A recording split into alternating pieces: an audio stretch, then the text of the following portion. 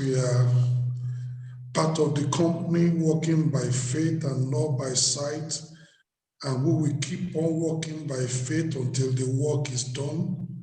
We are the children of the promise, and Lord, we will remain walking in faith in Jesus' name. Amen. Look at your word this afternoon. Open our eyes of understanding. Amen. Thank you, Lord, because we know you've answered. Thank you, In Jesus. Jesus' mighty name, we pray. Amen. Today, we're looking at the message, the transforming impact of true faith. Why are we talking about true faith? Because there is false faith, fake faith. I want to talk about the transforming impact of true faith, because true faith will change you. True faith will never leave you the way you are. There will be a transforming impact of it when faith, true faith, comes into your life. Faith comes in many forms and in many shapes in the Bible. The Bible talks about strong faith. The Bible talks about weak faith. The Bible talks about little faith. The Bible talks about mustard seed faith. But the most important quality of faith, whether it is strong or weak or little, the most important is that that faith is true and genuine. In 1 Timothy chapter 1, verse 5, a faith that is genuine but weak can be strengthened. A faith that is genuine but little, it can grow. But when the faith is not genuine, the best thing is just to throw it into the dustbin. It's worthless. 1 Timothy chapter 1, verse 5. Now, the end of the commandment is charity out of a pure heart and of a good conscience and of faith unfeigned. Faith that is not fake. Faith that is not pretended. Faith that is not adulterated. Faith that is not fake. Faith that is not false, unfeigned faith. 2 Timothy chapter 1, verse 5. See again what the scripture says. When I call to remembrance the unfeigned faith that is in thee, which dwelt first in thy grandmother Lois and thy mother Eunice, and am persuaded in thee also. 3 generations in a family, the grandmother, the mother, and Timothy himself. And Paul said, I could see that unfeigned faith, that true faith, that biblical scriptural faith, that faith that is genuine and unpretended. I saw it first in your grandmother. I saw it also in your mother, and I'm persuaded also I can spot it in you. 3 generations in a family. True faith, unfeigned faith, unpretended faith, genuine faith, biblical faith, scriptural faith. I pray that your faith will be like that in Jesus' name. Amen. Scriptural faith, biblical faith, is true faith and is unfeigned faith. The so-called faith that many people peddle around are fake imitations of the original. Many of these are versions engineered by the devil. Many believers that are carrying what they call faith around, but these are faith articles, things that the devil has, because they are not carrying the genuine article. They are just carrying fake imitations that has been produced by the enemy and has been handed over to them, and they think they have faith and they don't have faith. These kind of engineered fake faiths by the devil are foreign to the genuine faith of the Bible. The true faith of the Bible has a transforming impact on our lives. Show me somebody who has imbibed the true faith of the Bible, that this thing has come into his life. You will see a spiritual impact. You will see a moral impact. You will see a physical impact. You will see a social impact. There will be a transforming impact in every area of this person's life. That's what true faith does. And we're going to see some of these things. So you can begin to ask yourself, the faith you possess, is it a true faith or is it a fake and false faith? Is it a genuine faith or is it a pretended fake faith?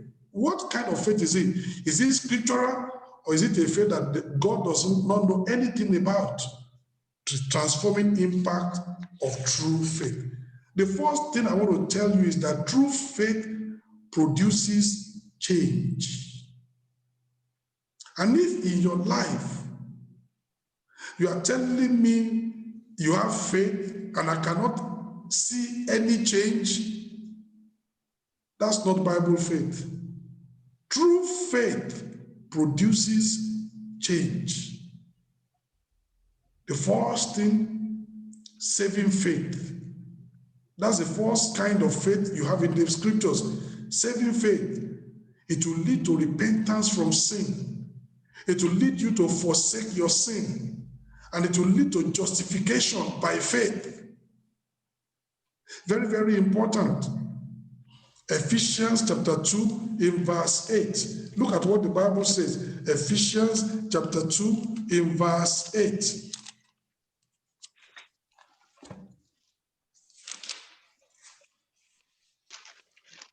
For by grace are ye saved through faith. And that not of yourselves, it is the gift of God, not of works, lest any man should boast. For we are his workmanship, created in Christ Jesus unto good works, which God had before ordained that we should walk in them. We were walking according to the course of this world before, according to the prince of the power of the air. But when we get converted, there's a transformation. We were doing bad works before, but when we got converted by grace, through faith, we are created in Christ Jesus unto good works. We pass from bad works to good works. As a result of that change, the fornicator abandons fornication. The person worshiping idolatry, idols, worshiping idols, the person abandons idols and clings unto God. That's a change. Conversion comes by saving faith and it produces a change. 1 Thessalonians chapter 1 verse 9. Let me show you that change. 1 Thessalonians chapter 1, somebody says, I have faith, but I cannot see any change in you. That faith is fake. That faith is not Bible faith. 1 Thessalonians chapter 1 verse 9. The Bible says, for they themselves show of us what manner of entering we had unto you, and now ye turn to God from idols. That's saving faith. You turn to God from idols to serve the living and true God. What is it saying? Before you are serving a dead idol, a dead God, but you turn from serving that dead idol unto serving the living God. You turn from serving a false God, you turned and now you started to serve a true God. He says, how you turned to God from idols to serve the living and true God. That's the change. That's the change that saving faith produces. You have been going to oracles before. You abandon going to oracles, you repent, you get converted. Now, if you have a need, you ask from God, and God will be able to direct you. David wanted to fight and said, God, should I go and fight? Will you deliver the enemy into my hand? God answered him, you don't need oracles anymore. You must turn from oracles to serve the living God. That's the change. Somebody says, I know I have faith, but that faith has not produced in you a change, no conversion, no repentance, no regeneration. We are not, that one, the Bible doesn't know anything about that kind of a faith. The faith that we have in the Bible, true faith, produces change. And I'm asking you this morning, have you turned from idols to serve the living God? When they tell you, well, this is the idol of our family and we have been serving this idol for hundreds of years, you are the black sheep in the family, do you mean you are not going to participate? And then in order to just placate the family, you send money and say, okay, this is my contribution, whatever you want to do. My brother, you are still worshiping idols. You have not changed. Say, but pastor, I come to church and I pray a lot, I speak in tongues. The Bible doesn't know anything about that tongue. You are still an idolater. Turn from dead idols to serve the living God. Turn from a false idol to serve the true God. That's conversion.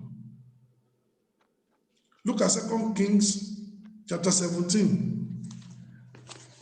This is faith that is fake. And some people, their faith is of this category. And if your faith is of this category, you need to throw away that faith today. Because that faith, God doesn't know anything about it. It's not Bible faith.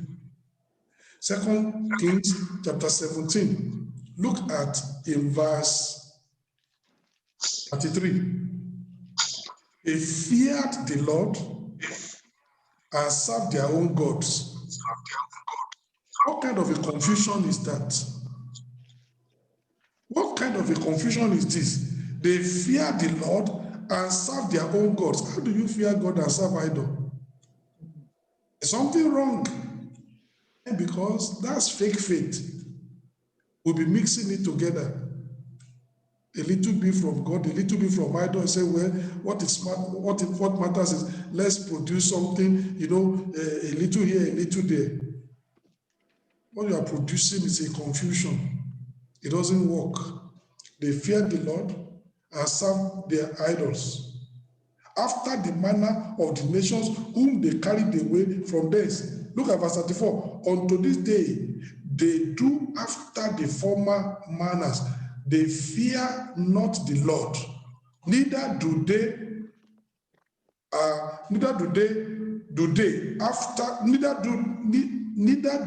after their statutes, or after their ordinances, or after the law and commandment which the Lord commanded the children of Jacob, whom he named Israel. You see that?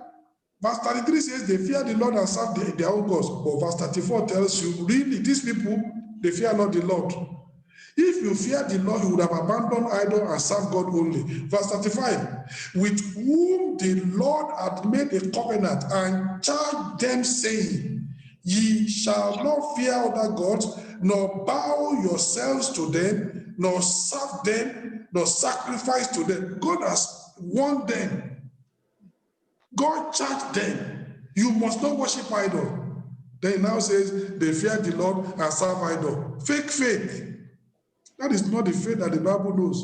The faith that the Bible knows is a faith that will abandon idols and cling to God only. If you are still doing the two, my brother, you come to church, say, Pastor, I have some difficulty. I just want God to help me. And then we pray for you. Then when you get home, you phone them in Africa. I want you to help me to consult that oracle. My brother, you don't have faith. That faith that you think you have is only good for the dustbin. It's a fake faith. You say you fear God, you come to church. You come for pastor to pray for you. Then you go and tell somebody to go and seek herbalist for you, to go and consult oracle for you. Oh, you are like these people. They fear the Lord and serve their own gods. Fake faith. Verse 41 of that same passage. 2 Kings chapter 17, verse 41. So these nations fear the Lord and serve their graven images, both their children and their children's children, as did their fathers, so do they unto this day. Day. That's a generations of idol worshippers that are deceiving themselves. They say they know God. You don't know God. Say, we go to church on Sunday. You may be going to church on Sunday, but throughout the week you worship idol. Oh, God doesn't recognize you.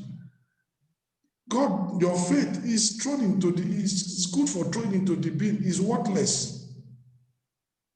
The faith that Bible knows, you turn from dead idols to serve the living God. You turn from false idols to serve the living God. You can't serve God and mammon. You can't serve God and idols. True faith produces change. So if that change has not happened in you, don't begin to dance around and say, have faith. You don't have the Bible kind of faith. Isaiah chapter 58. Isaiah chapter 58. True faith produces change. So if the faith you have has not produced the change of conversion in your life, you don't have faith. Isaiah chapter 58 verse 1. Cry aloud, spare not. Lift up thy voice like a trumpet and show my people their transgression and the house of Jacob their sins. Yet they seek me daily. Did you see that? Yes, sir. These people were seeking God daily. But God is sending a prophet to them to show them their transgression, to show them their sin. They are backsliding. They are seeking God daily, but they are living in sin. They are seeking God daily, but they are in fornication. They are seeking God daily, but they are cohabiting. They are seeking God daily, boyfriend-girlfriend relationship. They are seeking God daily. They are doing things that are not right. They are seeking God daily. They are still playing Toto Casio. They are seeking God daily. Married but going after other women. My brother, you are not seeking God. Verse 2, yet they seek me daily and delight to know my ways. As a nation that did righteousness and forsook not the ordinance of their God, they ask of me the ordinances of justice. They take delight in approaching to God. Wherefore have we fasted, say they, and thou seest not? Wherefore have we sacrificed our soul, and thou takest no knowledge? Behold, in the day of your fast, ye find pleasure, and exact all your labors. Behold, ye fast for strife and debate, and to smite with the feast of wickedness. Ye shall not fast as ye do this day, to make your voice to be heard on high. God says, if you want me to have respect unto your fasting, this is not the way to fast. If you want heaven to respond to that fasting, this is not the way to fast. God said you are in sin and you are fasting. That fasting is worthless. God will not respond. So these were people, they were fasting, but they were living in sin. Somebody will say he has gone to the mountain to go and fast for 14 days. Then he comes back from the mountain. Or even while he's still on the mountain, he's still committing immorality. And then he says, I'm fasting. You are on hunger strike. Did you hear what I said? Yes, sir. You are on hunger strike. You are not fasting. God does not recognize that fasting. Say, you are living in sin. You say, I have faith that God is going to look upon me, and this fasting, God is going to respond. Fake faith. Which respond. God said, you shall not fast the way you are doing today if you want your voice to be heard on high. If you want me to respond, if you want heaven to respond to your fasting, you cannot continue in sin. True faith must bring a change. So any faith you say you have that has produced no change in you, that faith, throw it in the dustbin. Come and start all over. It is not a genuine faith. True faith will cause us to abandon dead idols and turn to serve the living God. To fear the Lord and serve idols is false faith. To be fasting and yet living in sin is false faith. In Luke chapter 17, Luke chapter 17, Luke chapter 17, sorry, Luke chapter 15, Luke chapter 15, verse 17. You know the story of the prodigal son.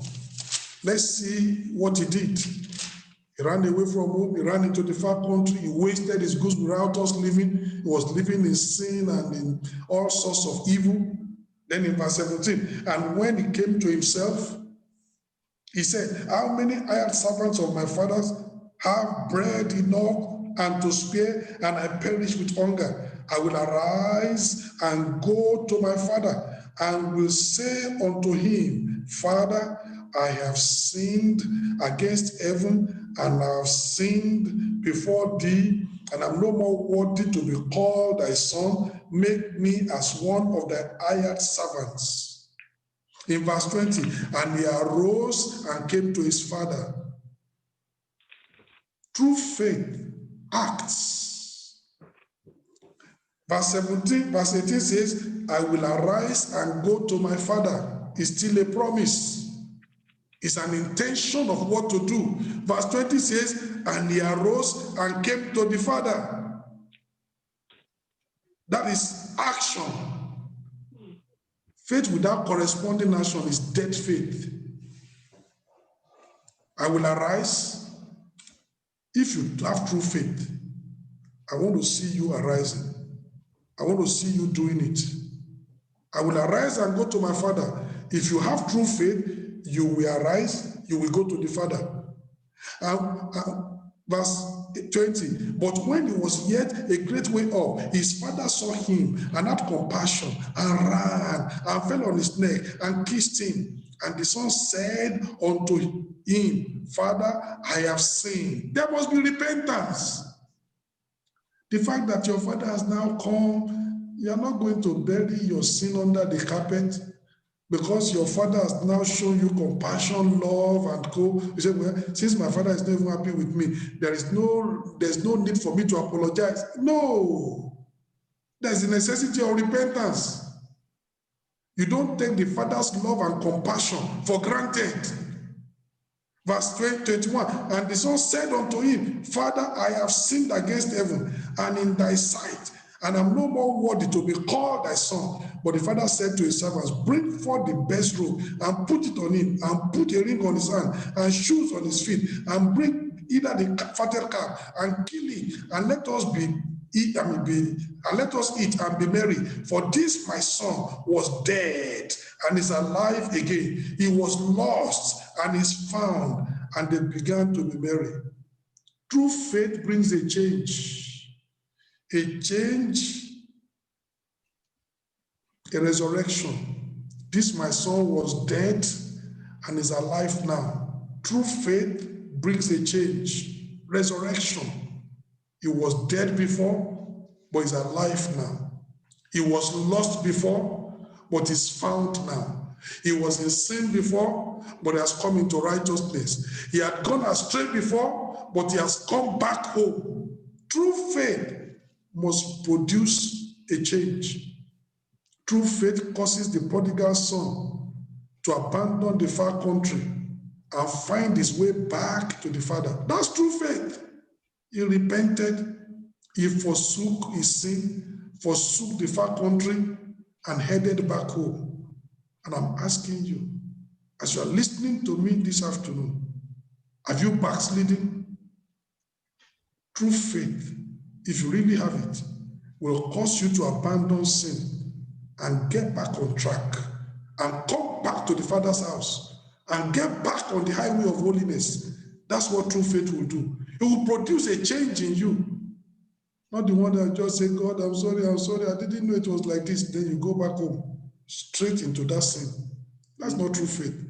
True faith will cause you to abandon sin, cause you to leave the far country, cause you to leave all those mess, and then come back to the Father, ask for forgiveness, forsake the sin, and live permanently with the Father.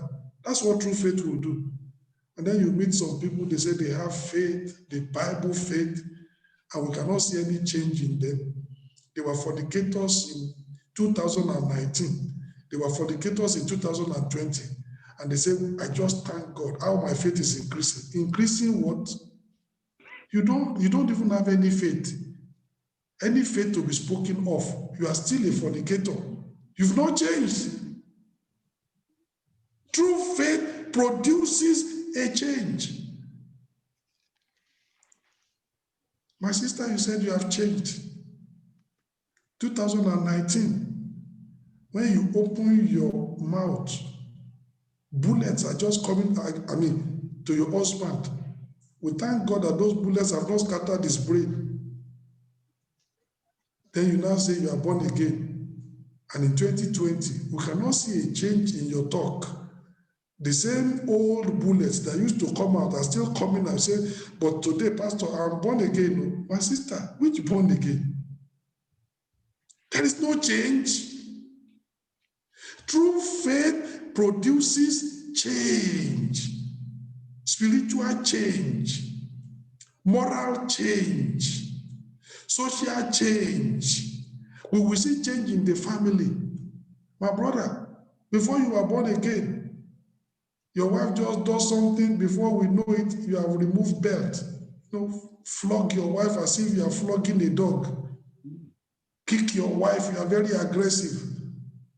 And then now, you say, Pastor, I praise God, I'm growing in faith. Growing in faith? You're still beating your wife, growing in faith? You are still aggressive in the family, growing in faith? My brother, wrap that faith like paper, put it in the dustbin, let's start all over. This is not the Bible faith that the scripture knows about. The Bible faith we are talking about must produce a change in your character, a change in your behavior. If you have been aggressive to your wife before, we can now see the gentleness, that conversion has taken place, that redemption has taken place, that a change of heart has truly taken place, that this faith has worked a moral and spiritual change in you, and now you are somebody, you are gentle. You can treat that woman with honor, with gentleness. That's the Bible faith. But people are carrying Bible around, going to church, and their character has not changed, their behavior has not changed. They say they have faith. Fake faith. True faith produces change. And I pray that in our lives, that faith will produce that change in Jesus' name. Amen. Number two, true faith produces sanctifying faith that leads to purity of heart. In Acts chapter 15, verse 9, which is another change. Salvation brings mainly external change. Sanctification brings much more internal change. The one that man cannot see but God sees. Acts chapter 15, verse 9. And put no difference between us and them, purifying their hearts by faith. Here Peter was reporting about what happened in the house of Cornelius among the Gentiles. Said, God purified those people's hearts by faith. There was a change. Acts chapter 26 in verse 18. Acts chapter 26 in verse 18. A change. Purifying change. Sanctifying faith. Acts chapter 26, verse 18. Paul was talking, he said, God had given me a ministry to open their eyes and to turn them from darkness to light. That's true faith. We turn you from darkness to light. That's salvation. And from the power of Satan unto God. That's salvation. True faith. There is a change. There is a crossover. You cross over from darkness to light. You cross over from Satan unto God, that they may receive forgiveness of sins and an inheritance among them, which are sanctified by faith that is in me. There you find salvation. There you find sanctification by faith. They turn from darkness to light, salvation. They turn from the power of Satan unto God, salvation. And then it talks about sanctified by faith, purity of heart. James chapter 4. James chapter 4. And these two things, They are the foundational pillars of the Christian life. And if you say you have faith, and I'm asking you, are you saved? Are you sanctified? These are the first two things that true faith must produce in your life: salvation and sanctification. James chapter 4, I read verse 5. James chapter 4, verse 8. The Bible says, draw nigh to God, and he will draw nigh to you. Cleanse your hands, ye sinners. Saving faith will help you to have clean hands. And purify your hearts, ye double-minded. Sanctifying faith will purify your heart. Hands and heart. Hands represent the external. Heart represents the internal, outward and inward. Outward salvation, inward sanctification. Cleanse your hands, ye sinners. Purify your hearts, ye double-minded. You were double-minded before, but by the time sanctification comes, all that kind of doubt and double-mindedness is gone. Your heart is fixed on God. You can be steadfast in your faith. You can serve God like without any shadow of doubt in your life. Sanctifying faith, it leads to purity. Somebody says, but Pastor, how can you say I don't have faith? I have faith. I believe God. Oh, you believe God? Let me show you somebody also who also believes God. And you tell me the difference between you and him. James chapter 2. Say, Pastor, how can you say I don't have faith? Faith is, I believe God. That's faith. Yes, I want to show you somebody also. He also believes God. Then what's the difference between you and that individual? James chapter 2, verse 19. Thou believest that there is one God, thou doest well. James said, you are coming to me and you said, I believe there is only one God. James says, you do well. He says, the devils also believe and tremble. I believe. What does it mean? You believe there is one God. He said also demons believe that there is one God. So what is the difference between you and the demon? The faith that the demon has, that he believes that there is one God, that faith does not make him to change. He's still working contrary to God. He's still a partner with Satan. He's still oppressing people and doing bad things. The demon does not abandon his evil deed because he believes there is God. Say fake faith. And then he tells me, I believe God. What change has he produced in you? If it is a faith that does not produce any change in you, it's like the faith of the demon. The demon also believes, but it makes no changes in him. Demons also have faith. And that faith only makes them to tremble. But it produces no discernible change in them. They still continue in their rebellion against God. So if you say you have faith that does not produce any change, then in what way are you different from a demon? In what way are you different from an evil spirit? Because evil spirits also believe that there is God, but they don't change. True faith must produce a change. So look at your life today. You say you are a believer. You say you come to deeper life. We thank God for you coming to deeper life. Just like James said here, you say you believe God, you do well. You say, I believe God, you are coming to church, you do well. But let's examine that faith. Is it the true faith of the Bible, or is it a fake faith that the devil has given unto your hand? How are you living? How is your faith? Number one, true faith produces change. Number two, true faith inspires courage. True and scriptural faith inspires courage in many directions. In many directions. Proverbs chapter 28, verse 1. If you say you have true faith, it will inspire courage in you.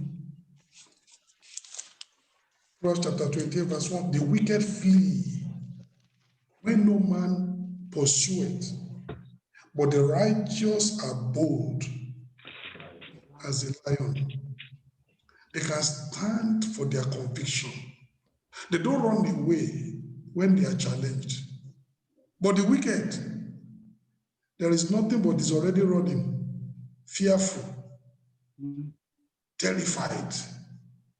Something is working, is coming. Nothing is coming. But the righteous, they are as bold as a lion. They can stand for their conviction. When Nebuchadnezzar tells them that I heard that you are not bowing down to my idols, they can tell Nebuchadnezzar, "O king, with all due respect, live forever, we respect you, but what you had right. We didn't bow down to the idols." What? Every single person is bowing down. This is the idol of Babylon, and everybody must worship. We are sorry, we cannot worship that idol. What do you mean? Right. I don't want to believe what I heard, even though you are telling me you are doing it. I want to give you the last chance. Now, when you hear, the musicians and they play every kind of music, the harp, the dulcimer, the trumpet, and all kinds of music. Once they finish their music, I want to see you bow down. You know what they said? They said, "King, spare them the effort." There is no need for them to play because they'll just be playing for nothing. Because we will not bow down. So don't waste the breath and the effort of the musicians. We can tell you what is going to happen when they finish playing. The king was mad. Said, "Hit the furnace 7 times. They heated the furnace 7 times more. You know the story. Courage to stand for the truth. Courage to stand for their conviction. And that's how they took them and they threw them in the fire. You know the story. The people that threw them in the fire, they died. And I'm asking you, when the heat of the fire is already killing people that didn't go into the fire, how hot is the fire? Some people went into the fire. Heat is killing some people who are outside. They didn't go into the fire, but they died as a result of the heat wave. How much more those who went into the fire? And yet, they didn't compromise. Let me tell you, somebody says, "I have true faith," it will inspire courage. Courage to stand for the truth. Courage to live by the truth. Courage to tell the family, "I am no longer part of worshiping that idol." Maybe in your family they worship Shombono. Maybe in your family they worship Orumila. Maybe in your family they worship Shongo. Maybe in your family they worship Oshun. Maybe in your family, like in Ghana, they worship Bozu. You are going to tell them in the family, "I'm not part of that anymore. I've given my life to Jesus. I'm a new creature." They say, "We're going to deal with you." Let them go ahead. There is nothing they can do. Courage. Courage to stand for the truth. Courage to live by truth. It said, "You must not pray." Oh, Daniel said, "You are wasting time. I need to pray to my God. I need to fellowship with my Father." Have you ever found a place where they separated somebody and say, "You cannot fellowship with your father"? Daniel said, "You cannot do it." Oh, they roped him in. They threw him in the lion's den. But you know what God did? Courage to live by the truth. Courage to stand for the truth. That's what true faith does. My brother, you look at me. Any little harassment, you backslide. And you say you have true faith. What kind of a faith is that? Any little threat from people, you succumb. What faith is that? That's not faith. True faith inspires courage to stand for the truth, to live by the truth.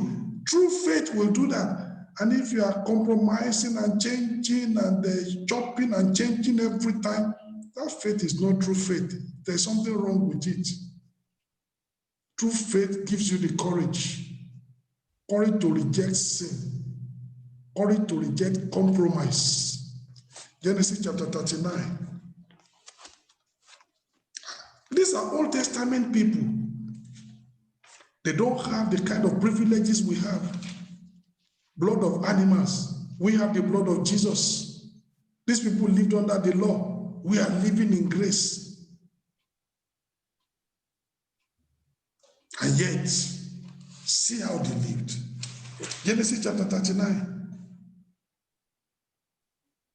Verse 7, and it came to pass after these things that the master's wife cast her eyes upon Joseph, and she said, lie with me.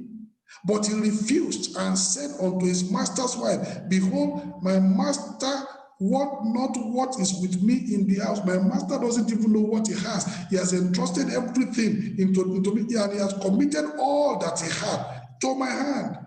There is no greater in this house than I. Neither has he kept back anything from me, but only you has he kept back from me, because you are the wife. How can I do this great wickedness and sin against God? Joseph said, my master is so transparent. Everything he has, I know it. He committed every single thing to my hand willingly. The only thing he didn't commit into my hand is you, because you are his wife.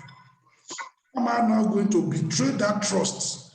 That's wickedness, and be committing immorality with you. How? And I will be sinning against God.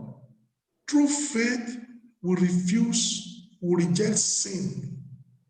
Some people say they are born again, they are in faith. Today, fornication, tomorrow, adultery, another time is, is masturbation.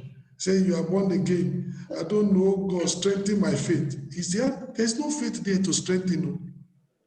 You have is good for the dustbin. There is no faith there to strengthen. True faith, courage to reject sin, like Joseph. That's true faith. Courage to reject sin. Look at verse 10. And it came to pass as she spake to Joseph, how many times? Day by day. Brother, even if they are putting pressure on you, you don't yield. You don't yield to temptation. You don't yield to pressure. You don't succumb to the temptress. Day by day, day by day, day by day. You know, one of our brothers, I've lost contact with him now, but it's very sad. He was working as a medical doctor in Trinidad and Tobago in South America. And then there was an opportunity in Malta. There was an opening. And he applied for that opportunity in Malta. And they said he should leave his job in Trinidad and Tobago as a doctor and come to Malta, to Europe. They will give him the job.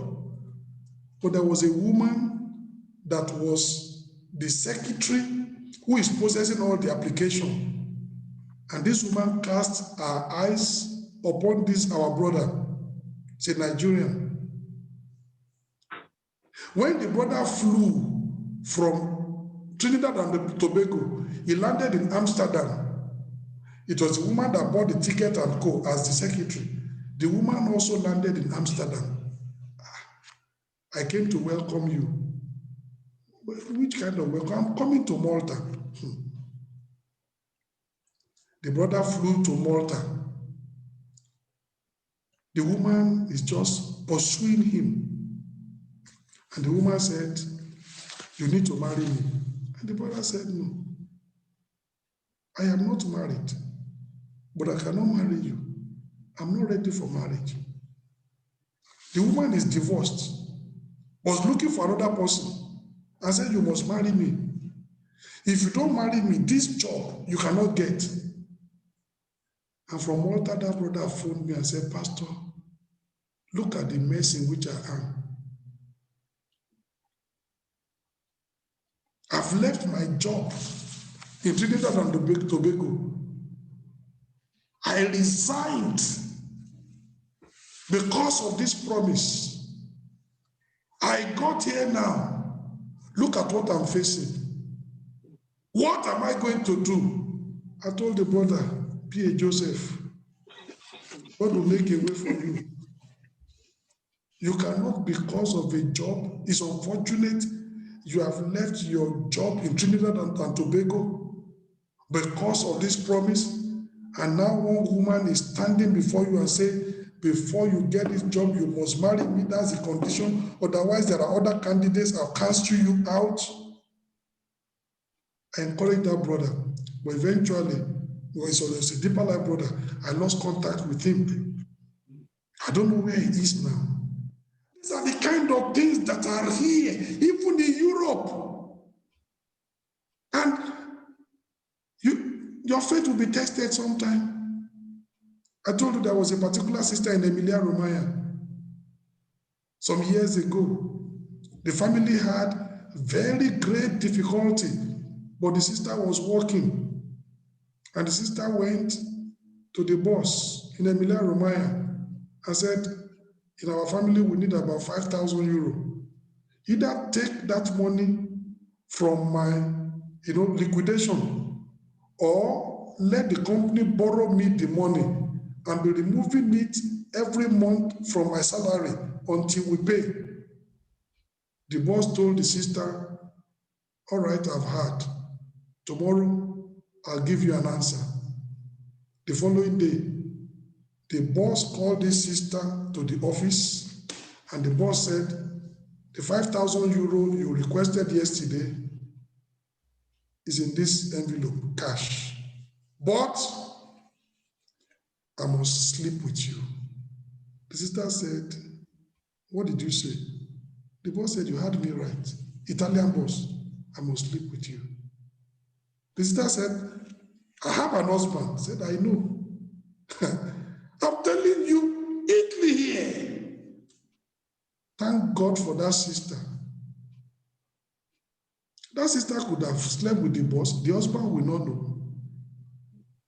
Collect the money, go back home, and the husband will say, we thank God for that boss. So we thank God for this God we serve.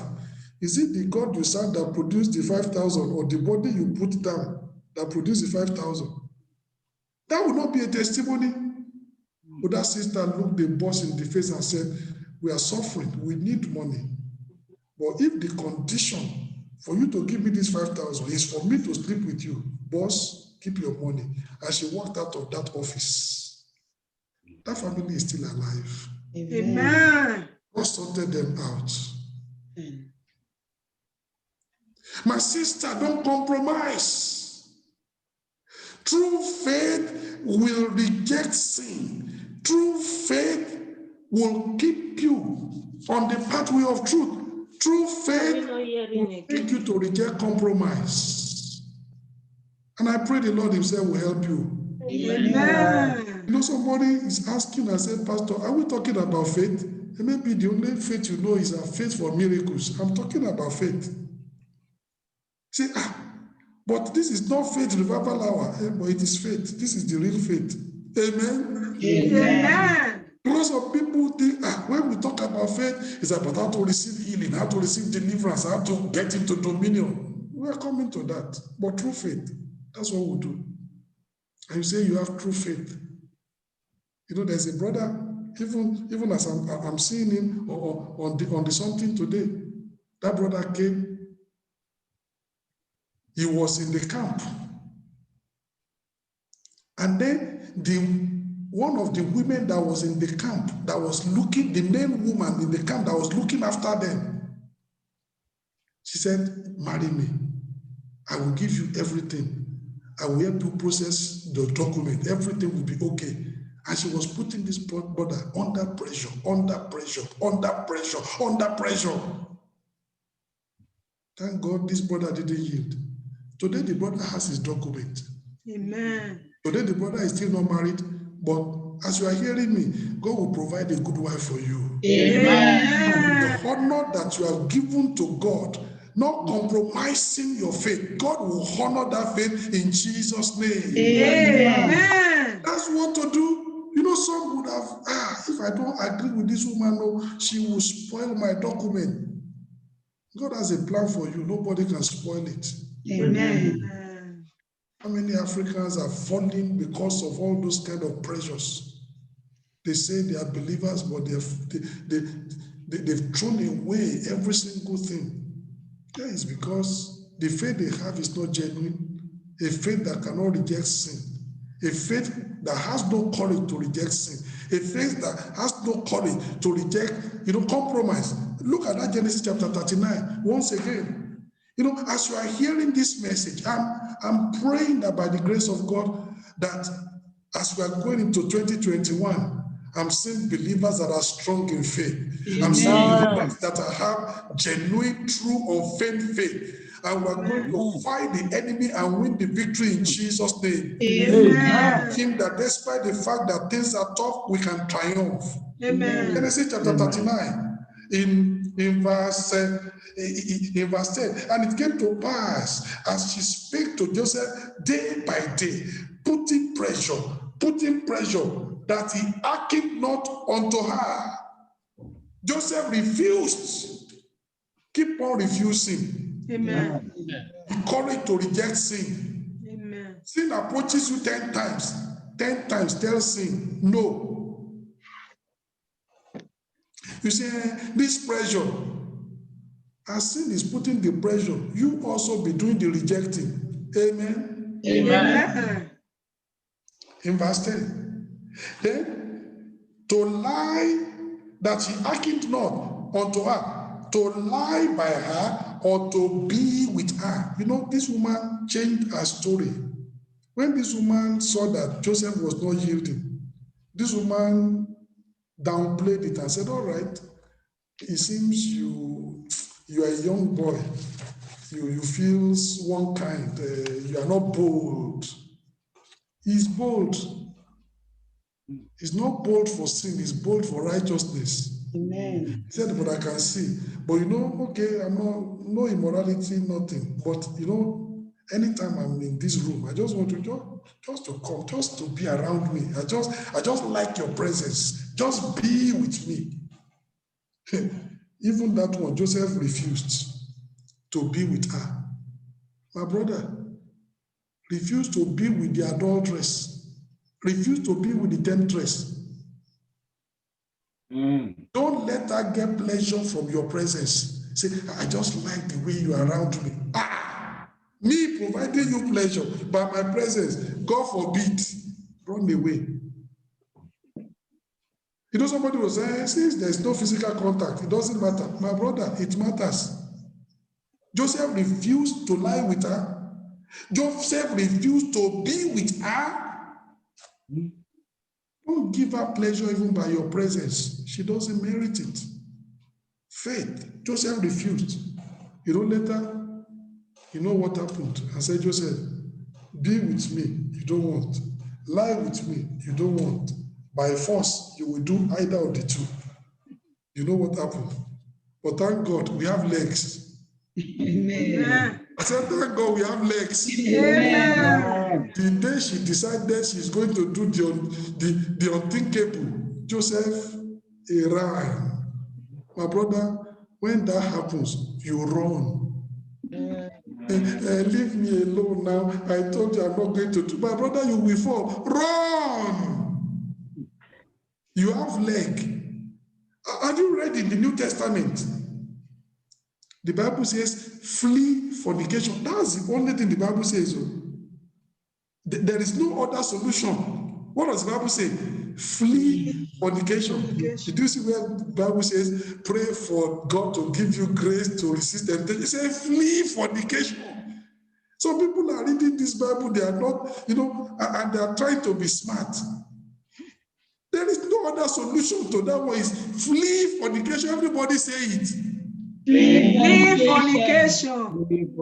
That's the only solution. Say, oh God, I'm praying for grace so that all this emotion, it will not, my brother, you will fall. Bible says flee. Word of action, run away. And if your faith is genuine and true, you will run away. Just say run away. Don't smell it. Don't taste it. Don't think about it. Flee fornication. Run away. That's the only solution. Compromise. Or compromise will come, but run away. 1 Kings chapter 22. 1 Kings chapter 22. You see, I have true faith, and I'm asking you, has that true faith inspired courage in your life? Courage to stand for the truth, courage to live by the truth, courage to reject sin, courage to reject compromise. 1 Kings chapter 22, in verse 13. And the messenger that was gone to call Micaiah spake unto him, saying, Behold now, the words of the prophets declare good unto the king with one mouth. 400 prophets, they were telling Ahab, I can see victory ahead. You go to battle. Even before you go there, the enemy is already falling. All of them, one mouth. They were encouraging Ahab to go to battle and assuring him victory. So they said, okay, go and call Micaiah. Let him also give us his word. So the person that went to invite Micaiah said, look, don't come and spoil the party. Everybody has been declaring positive. They've been telling the king he's going to win. Please don't come and spoil the show. So the man is telling him, behold now, the words of the prophets declare good unto the king with one mouth. Let thy word, I pray thee, be like the word of one of them, and speak that which is good. Already putting pressure on him. Say what they are saying. Verse 14, and Micaiah said, as the Lord liveth, what the Lord said unto me, that will I speak. I'm not going to speak what they are speaking. I will speak what God tells me to speak. I'm not going to compromise. My brother, when some pastors around come, many years ago, one pastor, there was a child dedication and I was there. And the pastor also is a member of our church. And that pastor also came to the child dedication. After the child dedication, he's the pastor of another church. Then he called me and said, he called my name, that I've been hearing what you are doing. And then the pastor said, I want us to work together.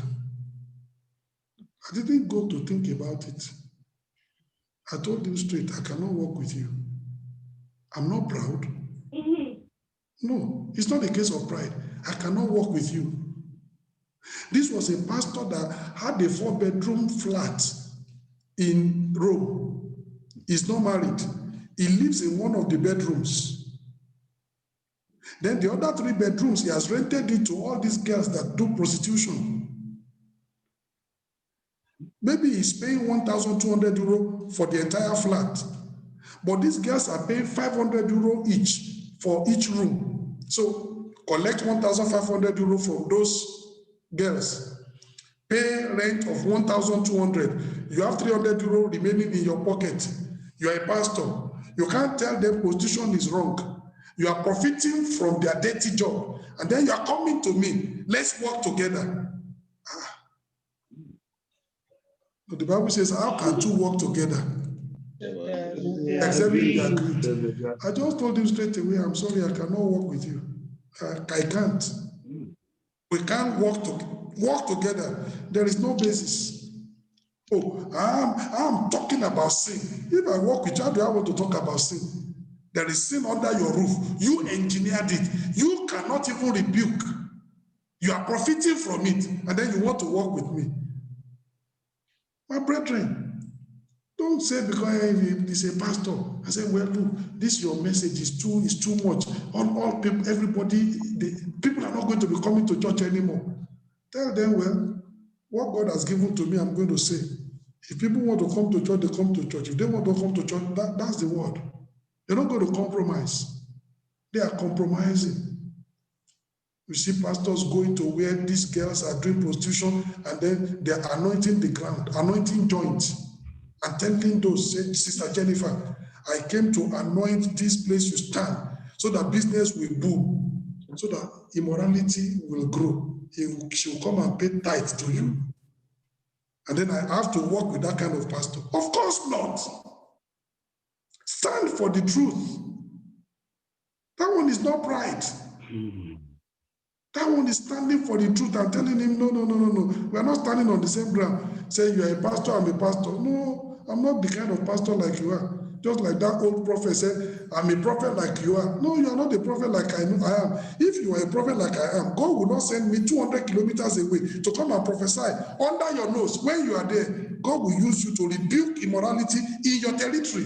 You are not a prophet like me. But unfortunately, that young prophet was not smart. Could not discern that if this guy was a prophet like you, God didn't need you coming to that place. God will use him to rebuke immorality and sin in his territory. He won't bring somebody else from another place. That he brought somebody else from another place, it means that this prophet, he has a problem. But unfortunately, that young prophet was not smart. He was not wise. And you see what happened to him in 1 Kings chapter 13. He died an untimely death. You remember what I said? Those who are at the conference, this task in the high place, dangerous and more explosive.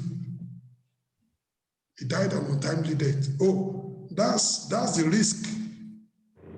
The task in the high place, very dangerous. So it's important, my brother. So they put pressure on Micaiah. 400 people have already prophesied positively. Please don't come and spoil the party.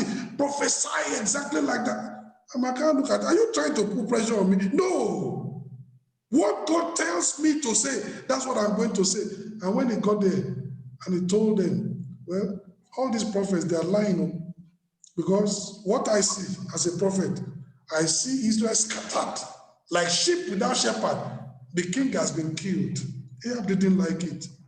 Ahab turned to Jehoshaphat. I told you that we shouldn't bring this man. Look, 400 people have already told us something positive. Look at what he came to spoil the party. I told you that he always prophesies doom. He never says anything good. And for spoiling the party, he said, I know, I'll deal with you. Say, you, take him. Give him the bread of affliction and give him the water of affliction. Even before that, one of the false prophets came and gave, Micaiah a dirty slap. Wow! I said, tell me, where did the Spirit of God go out of my life? And then an evil spirit came and was prophesying. Micaiah said, don't worry. The time you'll be running for shelter is coming. You will understand. Then the king said, take him. Give him the bread of affliction. Give him the water of affliction. Then when I come back from the battle, I will see what I'm going to do next with him. He said, King, live forever, if it is possible. But unfortunately, you are dying now. He said, I will eat the bread of affliction because I need to eat if I'm hungry. I will drink the water of affliction. I need to drink. But you, if you come back from that battle, the Lord has not spoken by me. A wise king would have known that these are 400 prophets, they are false. This one is a genuine prophet. Even though what he said, I don't like it, but it's the truth. A smart king will not go to the battle. He would have saved his life. But Ahab, very foolish, he went. Did he come back? No, sir. He can't come back. He said, when I come back, I will say, you coming back to deal with me. What you have said is the last you are saying. No. You are going the way, no return. If you come back from that battle, I'm not a prophet of God. He never came back. Pressure to compromise. But true faith will give you the courage to reject compromise, courage to reject sin. Hebrews chapter 11. Hebrews chapter 11. Hebrews chapter 11. Let me show you something in verse 35. Some people read that passage, they don't understand. They say, well, these Christians, why are they so stubborn? No, it's not being stubborn. It's not being stubborn. Hebrews chapter 11, verse 35. Women received their dead raised to life again, and others were tortured, not accepting deliverance. They were tortured, not accepting deliverance. How come? You know what happened? Because the deliverance was conditioned on compromise. They tortured them a little. Now deny Jesus. If you deny Jesus, we'll leave you alone. Say, no, Jesus has not done anything bad to me. So if you're going to kill me, you kill me. I'm not going to deny Jesus. Renounce your faith, and then we'll release you. Say, no, I'm not renouncing any faith. So they were tortured. They didn't accept deliverance because the deliverance were conditioned by compromise. They said, no, we would rather die for our faith. Is that not what Nebuchadnezzar said? If you bow down to my idols, you are free. And they said, no. If you don't bow down, I will throw you into the lake of into the burning fiery furnace. They said, you can do that. Our God will deliver us. But if he doesn't deliver us, we'll rather perish in that fire than to compromise and bow down to your idol. That's it. Tortured, not accepting deliverance, because the deliverance was conditioned on compromise. And they said, no. That's true faith. That's true faith.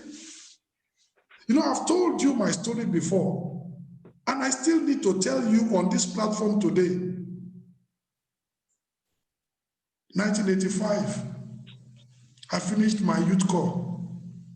You know, I did my youth corps in, in Bendel State at that time. I did it in Deeper Life.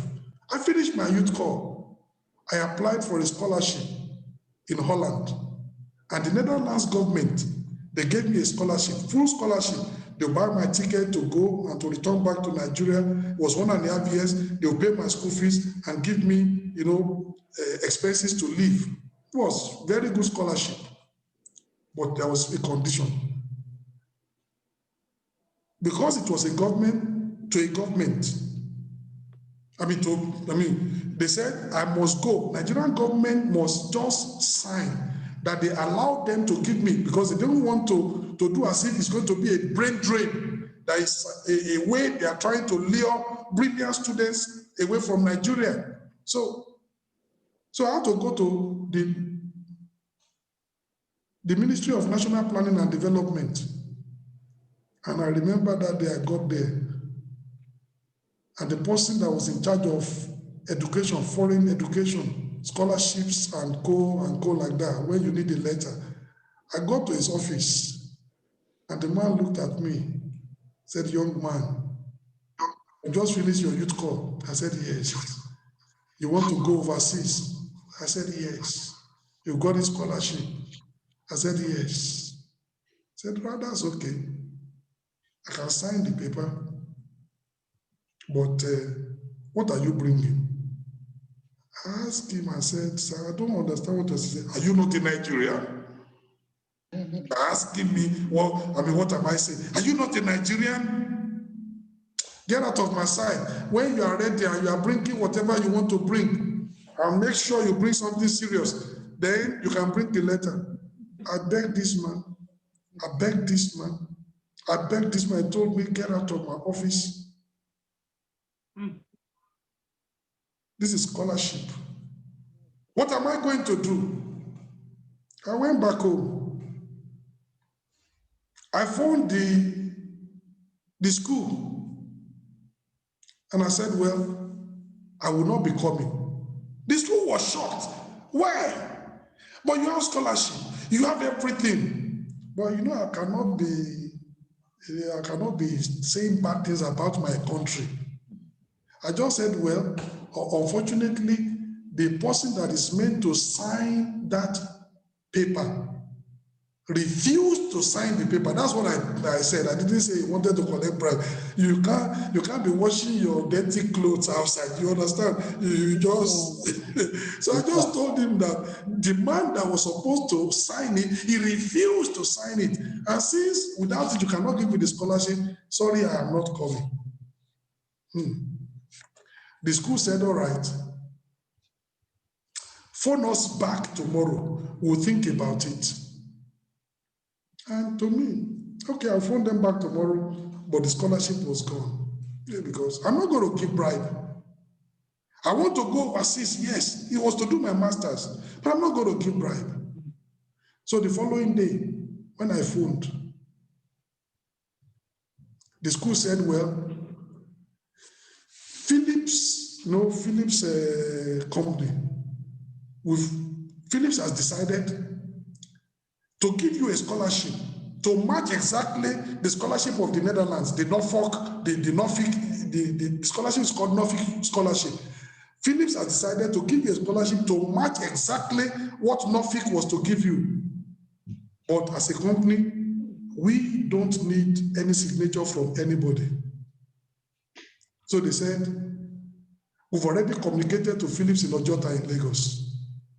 If you go to Philips in Ojota in Lagos, they'll give you your ticket to fly to Holland. We've already communicated to the Dutch embassy. Take your passport, go to the Dutch embassy, they'll give you visa. So when they said that one, I went to the Dutch embassy, I gave them my passport. Once I got, I said, yes, they've already communicated to us. They said, come back tomorrow. Your visa will be ready in 24 hours. My visa was ready. 24 hours. I went to Philips Ojota, I picked my ticket, KLM. I landed in Holland. That's how I did my master's. I didn't compromise. God made a way. My brother, God will make a way. Amen. My sister, God will make a way. Amen. This is, we are still living. We are still living. God will make a way. So many believers, when they come to a point where there is so much pressure on their faith, they buckle. Is your faith a true faith? Do you believe the God of heaven is your Father, that He will sort you out? You know, I need to give you this because sometimes it will seem as if one is preaching that this pastor, his mouth is so sweet, he can say anything. I've been through it also. I'm telling you what is correct, and I'm telling you what I've done. Today I can give the testimony anywhere. And you know, I was ready. I didn't even know that Philips would give me another scholarship. To me, well, the scholarship is gone, it's gone. God will provide another one. I'm not going to give that man any bribe for him to sign. It's just for him to sign. But that's how corrupt Nigeria can be. Another country is giving one of your citizens scholarship to train him and to send him back to the country. You are going to improve the infrastructure of the country, and yet because he will not eat, he will not take bribe, he will deny you. Is he contributing to the nation? But that's what happens. Compromise. I remember when I worked in SCOA. SCOA is a French company, and I was working in Marina. We were repairing PABXs, private automatic box exchange for telephones, and repairing computers, and all those. And I was a person that was very, very productive. But because our boss, a Nigerian, has been given a target to meet, at that time, we were making 33,000 naira for the company every week from the work we were doing. How much was I paid? 920 naira. Maybe somebody else is paid 1,000. All the four of us that were in that department, what we are paid a month is, in a month, what we were paid is less than 6,000 naira. All the four of us put together, but we were making 33,000 naira for the company a month. And I'm talking about net profit because we are talking about repairs. We were working for UBA, working for Shell, working for Schlumberger, all the big companies, we were working for them, repairing their computers, setting up this and that, and they were paying. But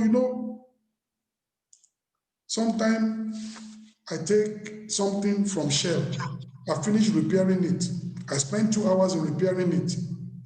There is an agreement. If an equipment comes from Shell, every hour I work is 100 naira. So that 2 hours should be 200 naira. And then for the fact that we're going to send the driver to go and collect the equipment, and then when we finish, the driver will take it back, administrative charge, 50 naira. So now I've repaired the computer for Shell. Oh, then I should charge 250 naira, 200 naira for the 2 hours I use, 50 naira for that. And then as an engineer, I sign it. And I do that. And more than 5 times, they will come back to me and say, why did you write 250 naira? I said, because I did it for 2 hours and this is the company policy. They said, no, please, write 10 hours so that we can write 1,050. I said, why? I said, but Shell has money, now they can pay. I said, no, I need to live in my conscience. They said, all right, we will tear it. We will write another one. I said, if you tear it, you write another one. I will not sign. Yes, sir. I will not sign as an engineer on that. They took me to the production manager the first time, the second time, the third time. Other people were doing it. I will never do it. I'm not going to compromise. People thought they were going to sack me. I was one of the best workers in that place. I worked harder than all of them. If you sack me, they are likely to sack you after some time because you will not produce. They couldn't sack me. You understand what I'm saying? Yes, sir. Yes, sir. I do most of the job. So if you sack me, my productivity will no longer be there. That department will come down. You are likely to be sacked after some time because you are no longer productive. They couldn't sack me. To production manager, the first time, the second time, the third, and I told them, I have to live with my conscience. I have to live with God. If I do work for 2 hours, you charge for 2 hours. That's just. But I'm not going to write, I did 10 hours. When I didn't do 10 hours, because the company wants to make more money, they couldn't. And the production manager was a Frenchman. Oh, doesn't matter. Doesn't matter. Your faith is at stake. You are the place of work. And some of us, every single time your boss puts pressure on you, you cannot stand. Stand for the truth. Reject sin. Reject compromise. Let God know that your faith is a true faith. I pray the Lord himself, he will help you in Jesus' name. Amen. True faith inspires courage. Courage to go through difficulties. Courage to endure persecutions. They beat Micaiah. He didn't give him the bread of affliction. He will eat. Give him the water of affliction. He will drink. It's not the end of life. Didn't Jesus say that, blessed are you when men shall persecute you? Yes, sir. Courage to go through difficulties. Courage to endure persecutions. Very, very important. Courage to preach the gospel and declare the word of God. Micah said, I'm full of power by the Spirit of the Lord to declare unto Jacob his transgressions and unto Israel his sin. Courage. Remember what Paul said when he was writing to Timothy? He said, declare the word, preach the word, be instant in season, out of season, rebuke, reprove, with all long suffering and doctrine. Some people will have itching ears. They don't want to hear the truth, but sound truth. Preach the word. Courage to preach the gospel. Very, very important. It takes courage, the courage of faith, to prophesy the impossible. What do I mean? Since the world began, how many times have you found a virgin in a maternity ward?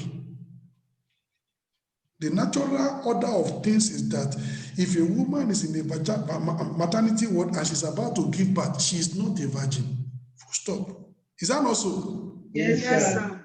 And then when God now gave Isaiah a message and said, prophesy to Israel, a virgin shall conceive. People are going to make jest of you. Say, why is this prophet declaring the impossible? It takes the courage of faith to declare the impossible. God tells you what to do, and you go ahead and do it. And people may look at you, they look at you as a crazy individual. How can he say that? He can say that because of the courage of faith. God tells him that's what to say, and he says it. It takes the courage of faith to prophesy the impossible, to say the unsayable. Amos chapter 7. You know, some things that people will say, how can he say that? You know, when I was doing my youth corps, it was Edo State. I first had this program. They said, you know, be my mouth, you go here, say Oba Fat. We can say it. Oba Fat is Oba Fat. Amen. The courage of faith to say the unsayable. Amos chapter 7, verse 10. Then Amaziah, the priest of Bethel, sent to Jeroboam, king of Israel, said, Amos had conspired against thee in the midst of the house of Israel. The land is not able to bear all his words. Say, king, come and hear the declaration of Amos.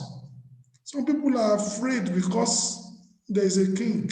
Oh, if we need to tell the king the truth, we need to tell the king the truth. We say the unsayable. Verse 11. For thus Amos said, Jeroboam shall die by the sword, and Israel shall surely be led away captive out of their own land. What? The king is reigning. And you are saying the king, he will go into captivity. If that's what God has said, that's what we're going to say. If God says the king will die by the sword, you tell him he will die by the sword. Courage of faith. Elijah can look at the king and say, you could have been healed from this sickness, but you are going to die on this bed of affliction. For sending people to go and inquire of the God of Ekron, is it because there's no God in Israel? For that reason, you are not coming out of this affliction. You are dying. Courage of faith. John the Baptist can look at Herod and said, you may be king in the nation, with all due respect, but adultery is not right. It is not right for you to take your brother's wife. He lost his head as a result. He was beheaded. But through faith, will preach the gospel, will declare the word. Through faith, the courage of faith, will prophesy the impossible, will say the unsayable. That's true faith. You can begin to ask yourself, the faith you have, is it the true faith of the Bible? Is it the real faith of the Bible? Or is it a faith that any little wind from the devil just blows it into pieces? A faith that cannot stand when there is temptation. A faith that cannot stand when there is difficulty. A faith that cannot stand when compromise approaches you. What kind of faith do you have? True faith. Stand for the truth. Courage to stand for the truth. Courage to live by the truth. Courage to reject sin. Courage to reject compromise. Courage to go through difficulties. Courage to endure persecution. Courage to preach the gospel. Courage to declare the word. True faith inspires courage. Lastly, true faith produces conquest. In 1 John chapter 5, 1 John chapter 5. True faith. My brother, if your faith is true faith, victory is ahead. Amen. 1 John chapter 5 in verse 4. For whatsoever is born of God overcometh the world, and this is the victory that overcometh the world, even our Faith. faith. true faith brings you overcoming. It brings you victory. This is the victory that overcomes the world, even our faith. True faith produces conquest. It produces victory. It takes you into real dominion. Verse 5. Who is he that overcometh the world? But he that believeth that Jesus is the Son of God. If you have a true faith in Jesus, you will overcome. True faith produces conquest. You need to understand that. In John chapter 16, verse 33, look at what the Bible says. First John has already told you that if you believe that Jesus is the Son of God, you overcome the world. But let me show you. John chapter 16, verse 33. True faith produces conquest. John chapter 16, verse 33.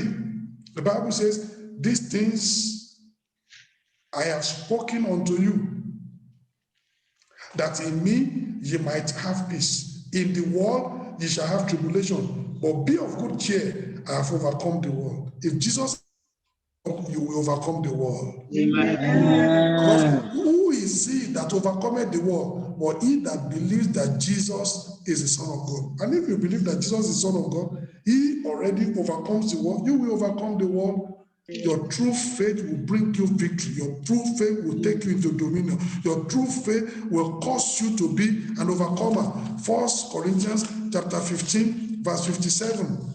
How do we get the victory? 1 Corinthians chapter 15, verse 57. The Bible says, but thanks be to God, which giveth us the victory. How? Through our Lord Jesus Christ. Show me a true believer in Jesus. I show you a believer that is going to enjoy victory. Because thanks be to God, which giveth us the victory through our Lord Jesus Christ. True faith will bring you this victory. Many exploits, many conquests, they come through faith. You know, our time is gone. I showed you before, Hebrews chapter 11, that if you have faith, your true faith will pull down forbidden strongholds. Hebrews chapter 11, verse 30. The Bible says, by faith, the walls of Jericho fell down after they were compassed about 7 days. Whatever the forbidden stronghold that is facing you in your family, in your personal life, over your career, over your health, let me tell you, true faith will pull down forbidden strongholds. They are coming down in Jesus' name. Amen. Hebrews chapter 11, verse 29. By faith, they passed through the Red Sea as by dry land, which the Egyptians are saying to do, were drowned. The Egyptians didn't have true faith. They wanted to go through the Red Sea. They perished in the Red Sea. But Israel had true faith. They went through the Red Sea. They emerged victorious on the other side. Let me tell you, if you want to walk through the impossible, you need true faith. If you want to walk through the Red Sea, you need true faith. If you want to walk through River Jordan and get to your inheritance, you need true faith. With true faith, you walk through the impossible. How about spiritual warfare? Victory in spiritual warfare is by faith in verse 32. Hebrews chapter 11, verse 32. And what shall I more say? For the time will fail. For the time will fail me to tell of Gideon. What did Gideon do? Fight the Midianites. He won the victory. The Bible says he did it by faith. And to tell of Barak, what did Barak do? Barak fought with Sisera and his host under Deborah, and he won the victory in warfare. The Bible says through faith.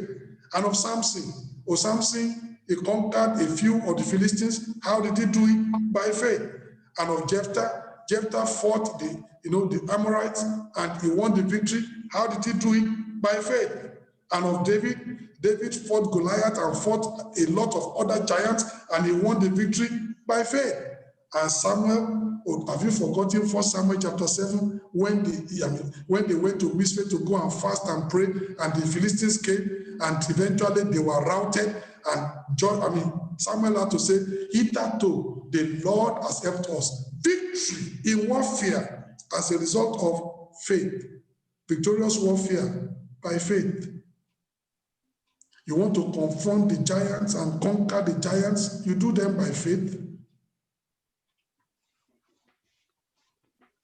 Miracles of deliverance. Hebrews chapter 11, verse 33. Who through faith subdue kingdoms, Oh, through faith, wrought righteousness. Through faith, obtain promises. Through faith, stop the mouth of lions.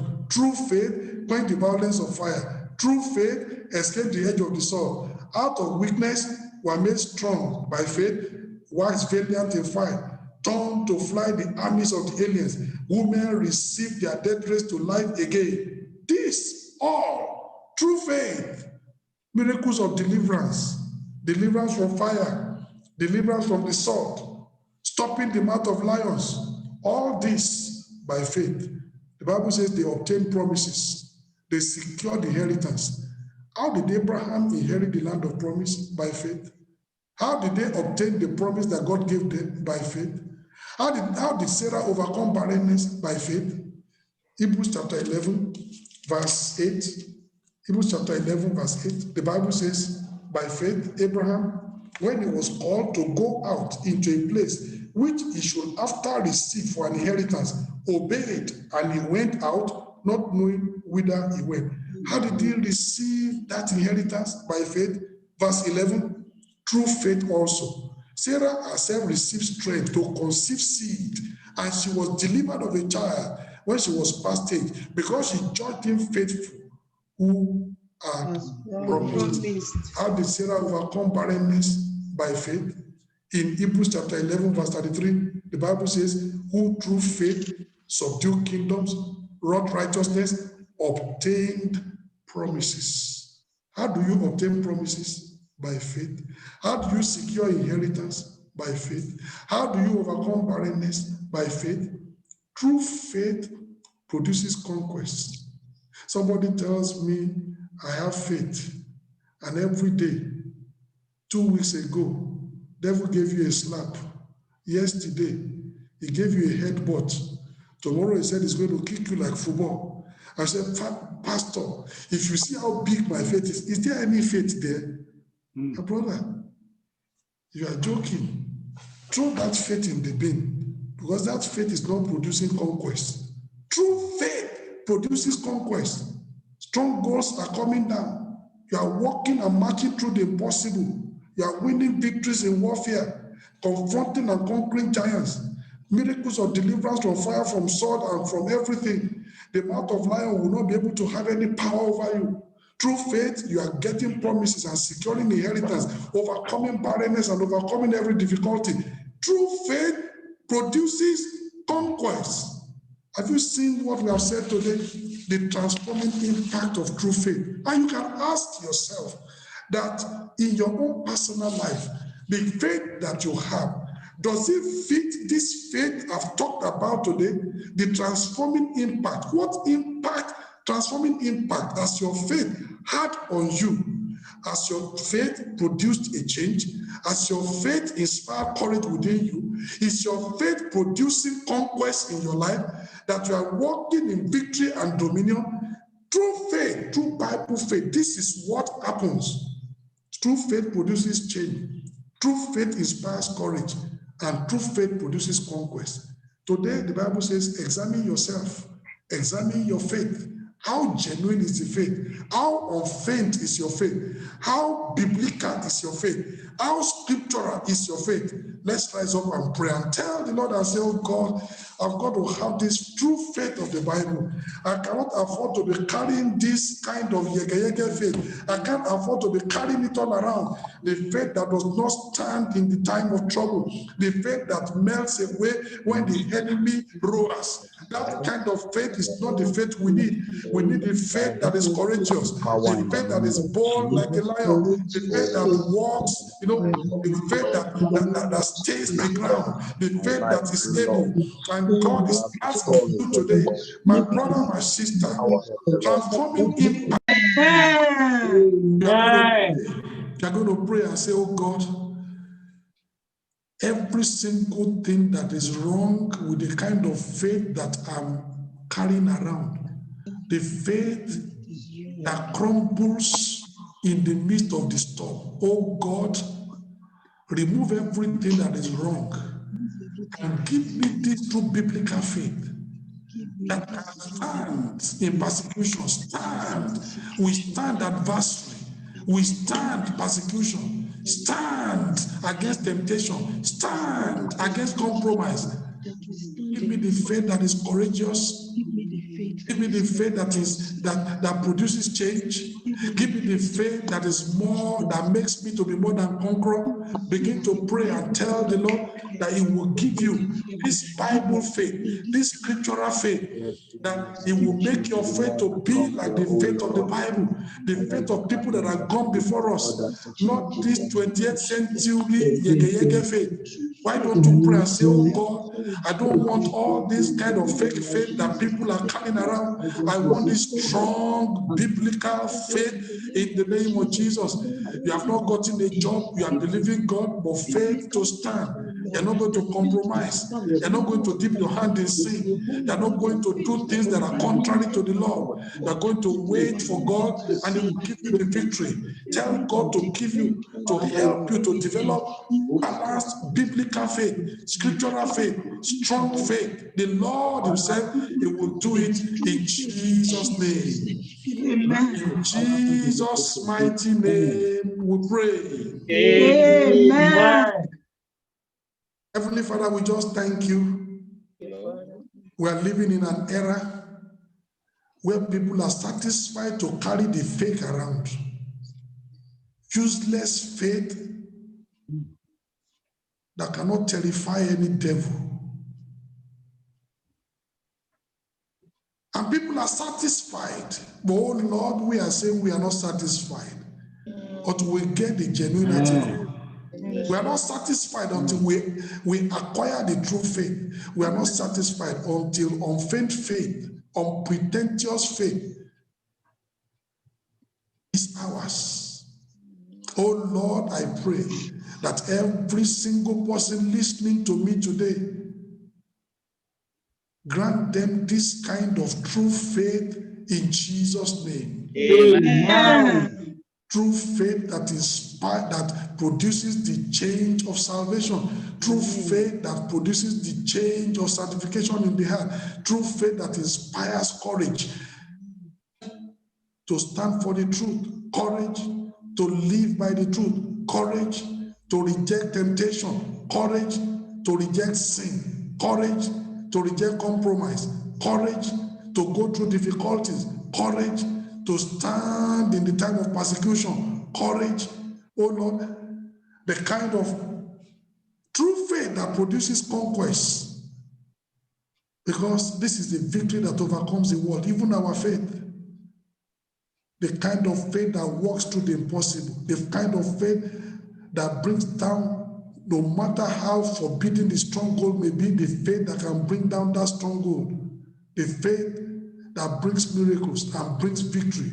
The faith that launches us into dominion. Oh God, this kind of strong biblical scriptural faith grant unto us in Jesus' name. Amen.